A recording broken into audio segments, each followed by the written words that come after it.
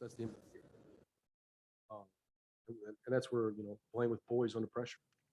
That's just the nature of the game, and obviously in those crunch situations, there were a lot of takeaways, things that we can learn from. Those young guys in those situations, although it stings, it's invaluable because those lessons are tough pills to swallow, but that's the best learning tool.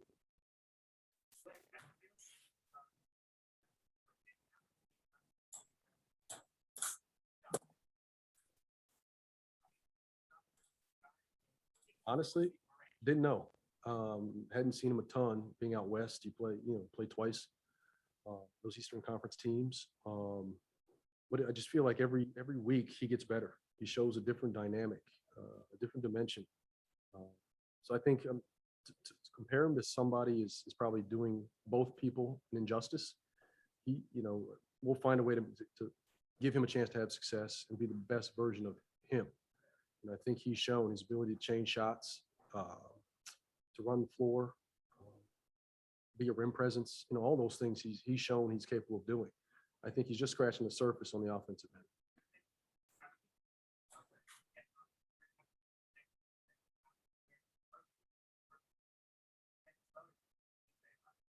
For sure. I mean, he was amazing tonight. And I think, I'm not saying he's going to be that guy every night. If he is, that's terrific. But he always plays hard. So that's one constant we can trust. He's always going to guard. That makes it easy. So, if you make shots, you make plays, that's just icing on the cake. He's going to bring that energy, that defensive focus. And now he just has to do a better job late game and probably keeping us organized. But overall, I thought he was terrific.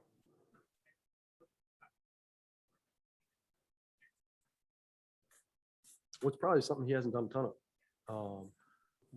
Within the confines of what we have, it's kind of equal opportunity. Obviously, Brad and Spencer are going to, command the bulk of that, but all those wings are capable. All of them are capable of being playmakers. So I think it's good for him to push his boundaries a little bit. See what he can do.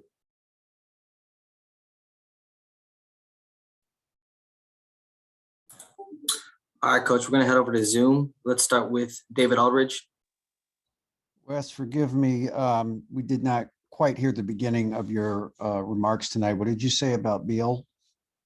I just said we don't know the extent.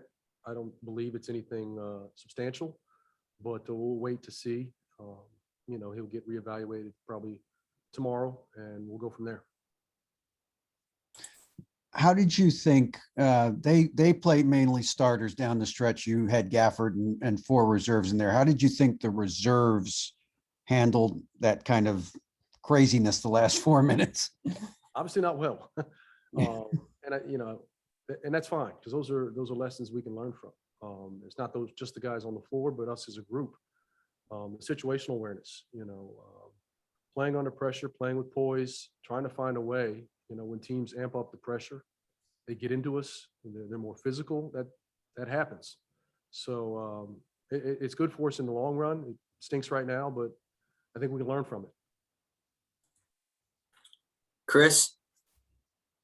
Wes, I know you only had one starter in there in that fourth quarter, but you allowed 40 points. And you have talked about what a standard needs to be in place for this team to be successful this year. Is that not even on the floor? Is that a cause for concern, allowing 40 in the fourth? Absolutely. Regardless of who's on the floor. It's just unacceptable. But, I think the thing was to look at the aggregate and say, well, we played 3.5 quarters. Sadly, it's a 48-minute game.